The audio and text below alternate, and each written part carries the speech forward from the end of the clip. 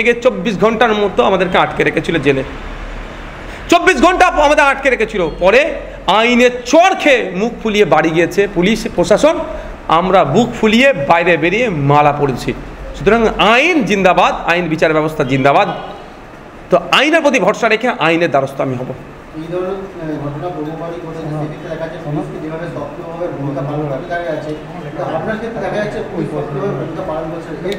আমার বিরুদ্ধে সক্রিয়, আমাকে আক্রমণের ক্ষেত্রে সক্রিয় এরা, কিন্তু কে আক্রমণ করলো তদন্তের ক্ষেত্রে এরা নিষ্ক্রিয়। নিশ্চিতভাবে এদের কাছে সেই নির্দেশনা হয়তো আসেনি। যা বলা হয় বলে তো সুপ্রিয়ার স্যারেরা হায়ার অথরিটির নির্দেশে হয়তো আসেনি, এরপরে আসবে। আর না আসলে আরো খোলাসা হবে। আমি তো ছেড়ে দেওয়ার ছেলে নয়, অন্যায়কে প্রশ্রয় দেওয়ার ছেলে নয়। আমি আমার দলের লোক অন্যায় করলে তাকে ছাড়িনি। আমাদের পার্টির গাইডলাইন এটাই, অন্যায়কারীকে কোনোভাবেই ছাড় হবে না। প্রশাসনের থেকে যাদেরকে জনগণের ট্যাক্সের টাকা যাদের মাইনে দেওয়া হচ্ছে এলাকাকে সুরক্ষিত রাখার জন্য, প্রত্যেকটা এমএলএ যাতে সুরক্ষিত থাকে, প্রত্যেকটা নাগরিক যাতে সুরক্ষিত থাকে, তার জন্য মাইনে দেওয়া হচ্ছে। ওই বর্দিটা যে পড়ে আছে, খাকি বর্দি সাদা পুলিশ কলকাতা বুঝে যে ড্রেস, ওই ড্রেসটার জন্য জনগণের ট্যাক্সের টাকা থেকে দেওয়া হচ্ছে। তারা যদি নাটক করে, এই ড্রেস পরে কারো চাটকারিতা করে, তার বিরুদ্ধে তো লড়াই চলবে ভাই। বিভিন্ন সময় আমরা দেখেছি কেউ ফেসবুকে পোস্ট করলে একদিনের মধ্যেই তার বাড়িতে নোটিশ চলে যায়, কিন্তু আপনি এক সপ্তাহ হয়ে গেছে অভিযোগ করেছেন, এখনো পর্যন্ত এই নিয়ে কোনো রকম পোস্ট বা কোনো রকম এক সপ্তাহ কোথায়, আজকে 9 দিন হচ্ছে, আজকে 9 দিন চলছে। ঘটনা হয়েছে, অভিযোগ হয়েছে, কোথায় এখন? বিরোধী বলে হয়তো ওদের ইন্টেনশন খারাপ ছিল। কিছু কি ইন্টেনশন ছিল 24 ঘন্টার পরেই জানতে পারবেন, সেটা আবার ডিসক্লোজ করবো আপনাদেরকে। শাসক দলের কিছু নেতা দ্বারা বলছে বিরোধী রাজনীতি করলে অ্যারেস্ট হতে হবে, প্রতিবাদ মিছিল করলে। তার সঙ্গে এটাও বলছে যে নওশাদ একটু বেশি নাটক করছে। দেখুন একটা কথা বলি, শাসক দলের যে কথা বলছেন চরম অগণতান্ত্রিক কথা বলছে। এটা ডেমোক্রেটিক কান্ট্রি, সুতরাং এই ডেমোক্রেসিতে আমাদের এক্সারসাইজ করার পূর্ণ স্বাধীনতা আছে। আমার রাইট আছে, আমি প্রোটেস্ট করব। সেখানে বরঞ্চ ওই শাসক দলের ওই নেতাকে বলবেন যে শান্তিপূর্ণ একটা ধর্ণা মঞ্চকে আপনারা করতে দিলেন না, আপনারা কতটা আইনকে ভায়োলেট করলেন, উত্তর দিতে পারবে? ওটা নোংরামির কথা বলছে। তো ওই নোংরামি পলিটিক্স আমরা করি না। হ্যাঁ, আমরা যদি চৌরঙ্গি মোড়ে বলি 3 দিন ধরে বসে থাকবো, চরম অনৈতিক কথা হবে তো আমাদের। কলকাতার সব থেকে ব্যস্ততম রাস্তার চৌরঙ্গি মোড়ে 3 দিন বসে থাকবো হয়? আমি ডিসি স্যারকে আমি বলছি, হাত জোর করে বলেছি যে আপনারা আমাদেরকে ফুটপাতে ব্যবস্থা করে দিন, রেলিং দিয়ে দিন। যে ওর বাইরে আমাদের ফোরামের যে আমাদের কনস্টিটিউশন প্রোটেকশন ফোরামের পক্ষ থেকে আমরা এসেছি, আমরা একটা নির্দিষ্ট কোনো পার্টির পক্ষ থেকে আসিনি, কোনো সামাজিক সংগঠনের পক্ষ থেকে আসিনি। এখানে অনেক সামাজিক সংগঠন, অনেক রাজনৈতিক দল আছে, অনেক পার্ট আছে। তারা আমরা আপনাদের কথা দিচ্ছি যে আমরা এই রেলিং যেটা আছে, ব্যারিকেড হয় না পুলিশের, এর বাইরে একটা লোক যাবে না। আর আমাদের দলের আমাদের ফোরামের অন্যতম একজন মুখ কামরুজ্জামান সাহেব এবং আমি বারবার লোককে বলেছি যে ওইখানে যখনই বসেছি যে আমাদের রাস্তায় গাড়ি চলাচলের ব্যবস্থা যেন থাকে, যেন স্বাভাবিক থাকে। কেন বলেছি? আমরা কেন পড়তে পারবো? আমরা গণতান্ত্রিক অধিকার আমরা এক্সারসাইজ করতে পারবো না? আমরা ওয়াক আপ নিয়ে রাস্তায় প্রতিবাদ করতে পারবো না? রাস্তার ধারে আমরা অবস্থান বিক্ষোভ করতে পারবো না? যেখানে তো ইতিপূর্বে অনেকে অবস্থান বিক্ষোভ করেছে, যে ওখানে কেউ করেনি আমরা যে বসছি, এরকম ব্যাপার তো নয়। আর একটা কথা হচ্ছে, নওশাদ মিথ্যে কথা বলেছে কি সত্য কথা বলেছে, সেই দিনকে অনেকে বলছে নওশাদ নাটক করছে। নওশাদ নাটক করছে না, সত্য কথা বলছে। তার ছবি দিয়ে প্রমাণ করেছি, তার ভিডিও দিয়ে আপনাদের প্রমাণ করছে। এই ভিডিওটা প্রত্যেককে আপনাদের দিয়ে দেবো, আপনারাও দেখবেন। স্লো মোশনে ভিডিওটা এই জন্য বানানো রাখা হয়েছে, সহজে বোঝা যায় যে কিভাবে গিয়ে মারছে, কিভাবে আসছে। যখন মারছে আপনারা দেখবেন আমাকে হিলিয়ে দিয়েছে। আমি তো ভাই মোটাসোটা মানুষ নয় যে পাঁচটা করলে আগে মানে হাড়ে লাগার আগে লাগবে মাংসে বা গোশে, ডাইরেক্ট সরাসরি হাড়ে লেগেছিল। কিন্তু হাড়ে শুধু লাগেনি, আমি লাস্ট 2 দিন ধরে আমার ব্যথা হচ্ছে। না না না না না, এটা আমি মিথ্যা কথা। আংটি টাংটি ছিল কি বলতে পারবো না। আমি অসত্য পথ অবলম্বন করার পক্ষে নয়। লোহার কোনো জিনিস আমি দেখিনি, আমি ওটা হাত দেখিনি, হাতে কী ছিল হয়তো থাকলে আংটি থাকতে পারে বা নাও থাকতে পারে, ওই বিতর্কে আমি জড়াবো না। কিন্তু আমাকে প্রচণ্ড আঘাত করেছে, হয়তো আমার এখন লিভারেও আঘাত লাগতে পারে ডাক্তারের সাথে আমি কথা বলেছি, 2-1 দিনের মধ্যেই আমি ট্রিটমেন্টে আবার ফার্দার করব, কারণ আমার ব্যথা হচ্ছে, আপার সাইড হচ্ছে না, লোয়ার সাইড আমার ব্যথা হচ্ছে। একটা অন্য প্রশ্ন হলো, আজকে কংগ্রেসের মুখ্যমন্ত্রী বলেছেন ওয়াকফ নিয়ে গুলোগুলি করবেন না, ওয়াকফ নিয়ে আন্দোলন দিল্লিতে গিয়ে করুন, তাহলে কি সেটাই বাস্তবভাবে রাখছে? আপনারা তো ওয়াকফ নিয়ে আন্দোলন করছেন, শুধু ওয়াকফটা নয়, আমাদের 4টে ডিমান্ড ছিল, অর্থাৎ 75% ডিমান্ড কেন্দ্র সরকারের বিরুদ্ধে ছিল, 25% রাজ্য সরকারের বিরুদ্ধে ছিল। মুখ্যমন্ত্রী বিজেপির বিরুদ্ধে সোচ্চার হচ্ছেন, বলতে বলতে একবার বলে ফেলেছিলেন অমুকের কোমরে দড়ি বাঁধবো, প্রধানমন্ত্রীর কোমরে দড়ি বাঁধবো বলেছিল, কিন্তু দড়ি বাঁধার পরিবর্তে ফুল নিয়ে হাজির হয়ে গেছিল। যাক, সেটা ওনারা সৌজন্য রাজনীতি করতে পারবেন, আমরা সৌজন্য রাজনীতি করলে আমরা অমুকের দালাল হয়ে যাব। কিন্তু কথা হচ্ছে ডিমান্ডগুলো যেগুলো ছিল বিজেপির বিরুদ্ধে, এসআইআর নিয়ে যে এরকম যে ধরনের আতঙ্ক করার চেষ্টা করছে, হয়রানি করার চেষ্টা করছে, ডিভোটার করার অপচেষ্টা চলছে এর বিরুদ্ধে, তাহলে কেন আমাদের রাজ্যে বিজেপির বিরুদ্ধে আন্দোলন করা যাবে না? যারা ভাবছেন তৃণমূলকে দিয়ে বিজেপি আটকাবেন, তাদেরকে বলবো একটু ভাববেন। আচ্ছা, একটা অন্য প্রশ্নে যাচ্ছি। আজকে কংগ্রেসের সদর দপ্তর বিধান ভবনে হামলা চালিয়েছে বিজেপি কর্মী সংগঠনরা। রাহুল গান্ধীর যে ছবিতে কালি লেপেছে এবং তারা আসার আগে এন্টালি থানা সহ বিভিন্ন জায়গায় জানিয়ে এসেছে, কি বলবেন? দেখুন, এটা দুটো জিনিস এখানে আমি খুঁজে পাচ্ছি। প্রথম কথা হচ্ছে, যেভাবে একটা রাজনৈতিক দলের সদর দপ্তরে হামলা চালিয়েছি, আমি তীব্র নিন্দা ধিক্কার জানাচ্ছি। এই কুলুষিত রাজনীতিকে কুলুষিত করা হচ্ছে। এটা বাংলার কালচার ছিল না। বাংলার কালচারে একে অপরের সৌজন্যতার রাজনীতি ছিল। আমরা অবাক হয়ে যাচ্ছি যে কিভাবে হামলাটা চালিয়েছে। রাহুল গান্ধীর নেতৃত্বে যেভাবে বিজেপিকে কোণঠাসা করার জন্য তিনি উঠে পড়ে লেগেছেন, বিজেপি তটস্থ হয়ে যাচ্ছে, ভয় পেয়ে গিয়েছে, এই জন্যই হামলা চালিয়েছে। আর ওয়েস্ট বেঙ্গলে তৃণমূল থেকে মানুষ ছেড়ে বেরিয়ে আসে, কিছু কংগ্রেসে যুক্ত হওয়ার চেষ্টা হচ্ছে, কিছু আইএসএফ বা ধর্মনিরপেক্ষ দলে যুক্ত হওয়ার চেষ্টা করছে। ঠিক এই সময়তেই রাহুল গান্ধীর ইমেজ ন্যাশনাল লেভেলে, তিনি লিডার অফ অপোজিশন লোকসভার, অস্বীকার করার কোনো জায়গা নেই। তার ইন্টারন্যাশনাল তার ইমেজ, শুধু ন্যাশনাল নয়, ইন্টারন্যাশনাল লেভেলে তার চর্চা হয়। সুতরাং তিনি যেভাবে এখন যুব সমাজকে উদ্দীপনা তৈরি করেছে, বিজেপির বিরুদ্ধে শক্তি তৈরি হচ্ছে, বিজেপিও ভয় পেয়েছেন, সাথে তৃণমূলের ঈর্ষার কারণ হয়ে দাঁড়িয়েছে। সেই জন্য আপনার কথা অনুযায়ী আমি বলছি, পুলিশ প্রশাসন কোথায় ছিল? একটা রাজ্য অফিস, আইবি কোথায় ছিল? ডিআইবি কোথায় ছিল? এসবিরা কোথায় ছিল? আমরা কিছু করলে একদম পুলিশদের ঘেরে আমাদেরকে লাঠিচার্জ, বুকে কিল মেরে তুলে নিয়ে চলে যাচ্ছেন। আমাদের প্রথম সারির নেতৃত্বরা যারা ফোরামের, তাদেরকে 24 ঘন্টা জেল খাটালেন, এমন ধারা দিয়েছিলেন, বেশ কয়েকদিন জেলে রাখতেন, পুলিশ কাস্টাডি, জেল কাস্টাডিতে রাখার চেষ্টা করেছিলেন। আমাদের আইনজীবীদেরকে ধন্যবাদ জানাবো, তারা আইনি লড়াইয়ে আমাদেরকে জামিন করিয়েছে। আর এই ঘটনা ঘটছে, আপনারা জানেন না? এই ঘটনাতে বিজেপি যতটা দায়ী, বিজেপি যতটা যুক্ত, আমি মনে করছি সঠিক ইনভেস্টিগেশন হলে তৃণমূলও প্রশাসনকে চুপ রেখে অতটাই রাজনৈতিক ফায়দা নেওয়ার চেষ্টা করছে। আমি আশা করব এই ঘটনা যারা ঘটিয়েছে একটাও না ছাড় পাই। এই পশ্চিমবাংলার সৌজন্যের রাজনীতিকে যারা বিনষ্ট করার চেষ্টা করছে, তাদের বিরুদ্ধে আইনি লড়াই প্রশাসন করবে। কিন্তু কোন প্রশাসন করবে এটা ভাবার বিষয়। বলছেন আপনারা এন্টালি থানা, হ্যাঁ, আরও কোনো থানা নাকি জানতো, তারপরেও তাদেরকে রিজেস্ট করেনি বা আটকায়নি, তাহলে সেই প্রশাসন করবে আমার সন্দেহ হচ্ছে।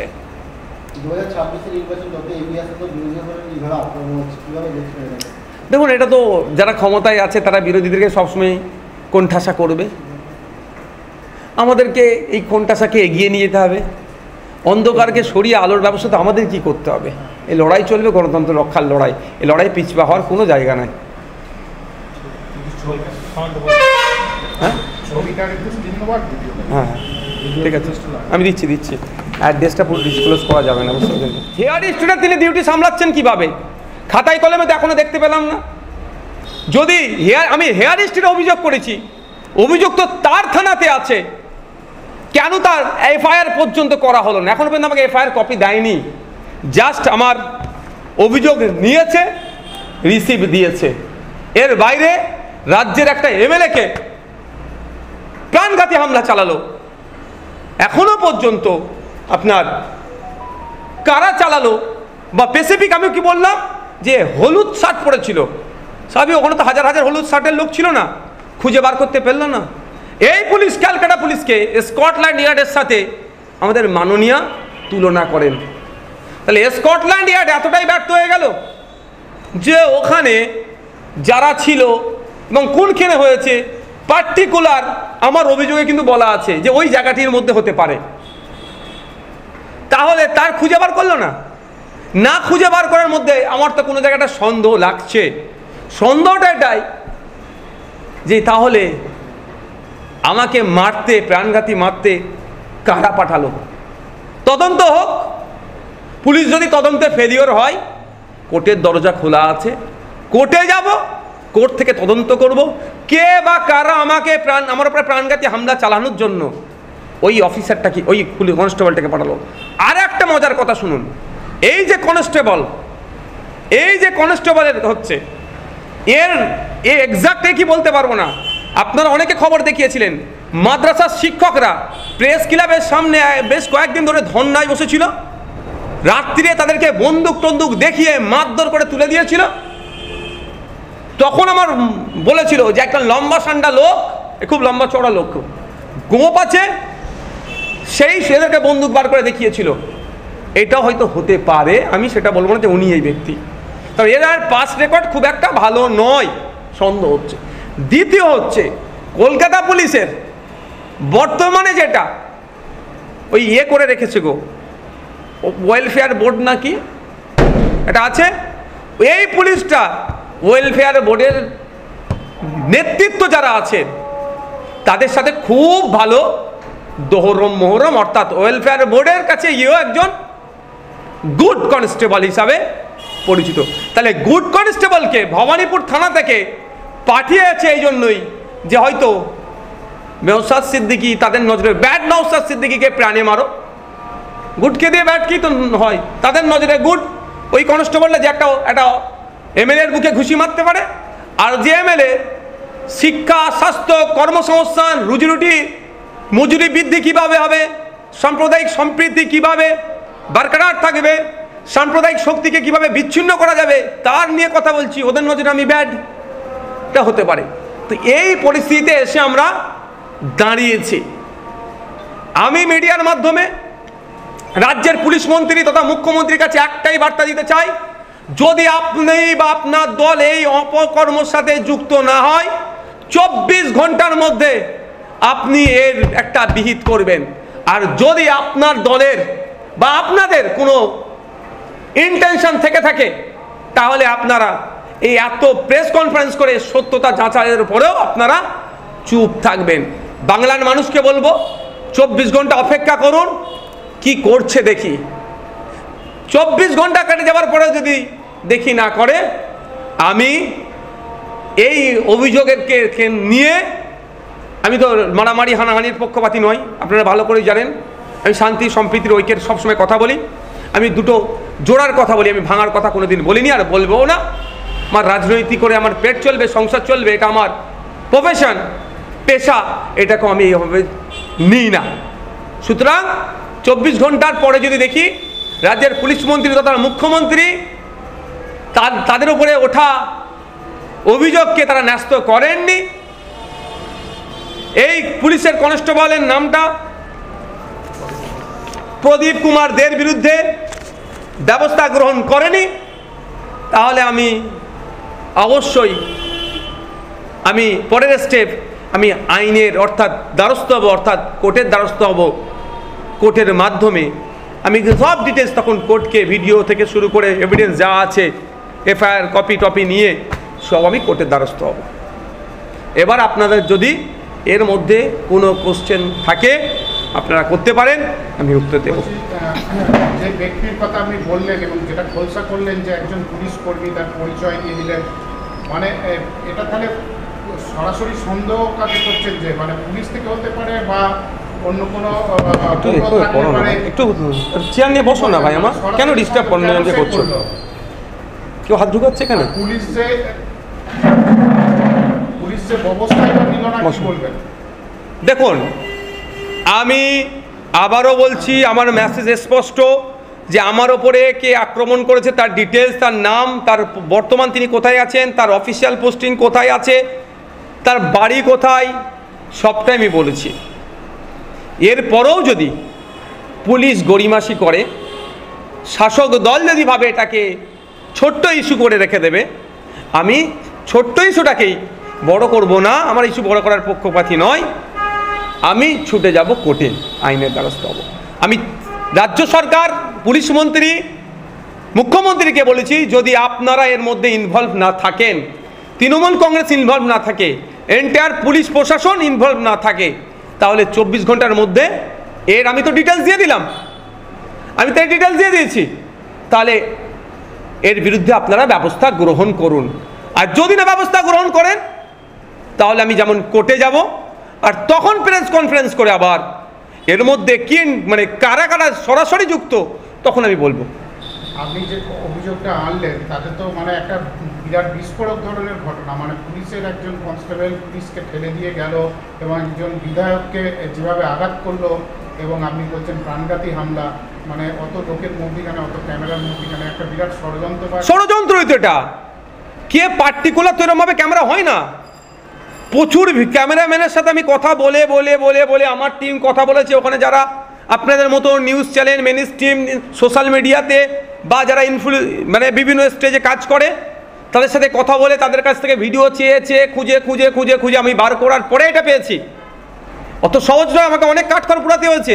আপনি যেটা পেলেন পুলিশ সেটা পেল না? পেয়েছে পুলিশ, আমিও বলছি পুলিশ পেয়েছে, দায়িত্ব নিয়ে আমি বলতে পারি। পুলিশ পাবে না? পুলিশ পাবে না এরকম কথা হয়? মমতা ব্যানার্জির ভাষায় স্কটল্যান্ড ইয়ার্ডের মতো এরা, কিন্তু সেটা চেপে গিয়েছিল। রহস্য থাকতে পারে, তদন্ত হলেই তো সত্যি উন্মোচন হবে, তদন্ত হলেই তো সত্য উন্মোচন হবে। ওই পুলিশকে কে পাঠিয়েছে, কার নির্দেশে এসছে, সবটাই বেরিয়ে আসবে। আপনি তথ্য দিলেন, যদি এটা পরিকল্পনামাফিক হয়, যদি এটা আপনার উপর প্রাণঘাতী হামলা করার পরিকল্পনা হয়ে থাকে, তাহলে কারা করে থাকতে পারে, কেন করে? দেখুন, এটা তদন্ত সাপেক্ষ, এর সাথে পুলিশ সরাসরি যুক্ত না শাসক দল সরাসরি যুক্ত, এটা তদন্ত সাপেক্ষ। সেই জন্যই ওকে হেফাজতে নিয়ে 24 ঘন্টা টাইম দিচ্ছি। শাসক দলের পক্ষ থেকে যিনি পুলিশ মন্ত্রী আছেন, শাসক দলের পক্ষ থেকে যিনি মুখ্যমন্ত্রী আছেন, 24 ঘন্টা টাইম দিচ্ছি। যদি এটাতে আপনাদের রাজনৈতিক কোনো খারাপ অভিসন্ধি না থেকে থাকে, আপনারা তো খুঁজে পাচ্ছিলেন না, আমি খুঁজে দিলাম। বর্তমানে উনি কোথায় আছেন, ওনার অ্যাকচুয়াল পোস্টিং কোথায়, উনি কোন র্যাঙ্কে আছে, একজন কনস্টেবল, কবে জয়েনিং করেছে, কবে তার রিটায়ারমেন্ট, সবটাই আমি বলে দিয়েছি, ব্যবস্থা গ্রহণ করুন। যদি 24 ঘন্টার মধ্যে ব্যবস্থা গ্রহণ না করে, পরের প্রেস কনফারেন্স করে আমি আপনাদেরকে আবার আমি বলবো। এখন হালকা করে চলে গেল, বড় যদি জনসমাবেশে আপনাকে দেখা যায়, সেক্ষেত্রে আরও যে বড় হামলা হবে আমার উপরে ইতিপূর্বে তো হয়েছে, প্রাণঘাতী হামলা চালিয়েছে 6 লেনে। আমরা আমাদের কর্মী সমর্থকদেরকে নিয়ে 21শে জানুয়ারি আমাদের পার্টির প্রতিষ্ঠা দিবসে নিয়ে আসছিলাম, প্রাণঘাতী হামলা চালিয়েছে, আক্রমণ অনেক জায়গায় হয়েছে। কিন্তু মানুষের জন্য কথা বলে যাব, যদি আমার জীবনের শেষ নিঃশ্বাস যতক্ষণ থাকবে মানুষের জন্য কথা বলে যাব, সেটা জাত, ধর্ম, বর্ণ নির্বিশেষে। কোনো জায়গায় মুসলমান আক্রান্ত হচ্ছে তার পক্ষে নেব, কোনো জায়গায় হিন্দু আক্রমণ হচ্ছে তার পক্ষে নেব, কোনো জায়গায় আদিবাসী আক্রমণ হচ্ছে তার পক্ষে নেব। পার্টিকুলার কোনো ধর্মের মানুষ জাতের পক্ষে নিয়ে আমি নয়, যারাই আক্রান্ত সে যে কোনো ধর্মের হতে পারে, তাদের পাশে থাকবো। যারা আক্রমণ করছে তাদের বিরুদ্ধে কথা বলবো। তাতে যদি আমাকে প্রাণে মেরে দেয়, আমি হাসি মুখে মৃত্যুবরণ করে নেব, কিন্তু অন্যায়ের বিরুদ্ধে কথা বলতে আমি পিছপা হব না। যে ব্যক্তির পরিচয় আপনি তুলে ধরলেন সে একজন পুলিশ কর্মী, আপনি অভিযোগ করেছেন পুলিশের কাছে, পুলিশ কোনো ব্যবস্থা নেয়নি। আপনার তথ্য প্রমাণ দেখানোর পরেও যদি পুলিশ স্টেপ নেয়, তাকে অ্যারেস্ট করে, কি মনে হয় এরপরে তদন্তটা সঠিকভাবে হবে বা সে সাজা পাবে? দেখুন, আমি চাই, আমি প্রথম যেটা দরকার যে তদন্ত হোক, সত্য বেরিয়ে আসুক। ওকে কে গ্রেফতার, ওকে কে পাঠিয়েছিল মারতে, ওর ইন্টেনশন কী ছিল, কার নির্দেশে এসেছিল, গ্রেফতার হবে, ডিটেন করবে, করবে, সব পার্ট অফ ইনভেস্টিগেশন। আমার লক্ষ্য হচ্ছে ওকে কে পাঠিয়েছিল, ওর ইন্টেনশন কী ছিল, কেন পাঠিয়েছিল, এর রহস্যটা কী, কাদের নির্দেশে এসেছিল, এইগুলোকে উন্মোচন করতে হবে। পুলিশ যদি ওকে খুঁজে না পায়, তার ডিটেলস আমি দিয়ে দিয়েছি, তাকে আমি চিনিয়ে দিচ্ছি। এই ব্যক্তির, এই ভদ্রলোকটি, তার নাম, ঠিকানা, কোন পোস্টে আছে, কনস্টেবল, সবটা দিয়েছি। এরপরেও যদি না খুঁজে পাই, কোর্টে যাব, যদি তদন্তের গতি ঠিকঠাক না হয়, আপনার কথা অনুযায়ী হয়তো গ্রেফতার করলো, তদন্তের গতি ঠিক করছে না, আইনের দরজা খোলা আছে। আমাদেরকে অন্যায়ভাবে, অনৈতিকভাবে, অগণতান্ত্রিকভাবে আমাদের ডেমোক্রেটিক রাইটকে এক্সারসাইজ করতে দেয়নি, আমাদেরকে তুলে নিয়ে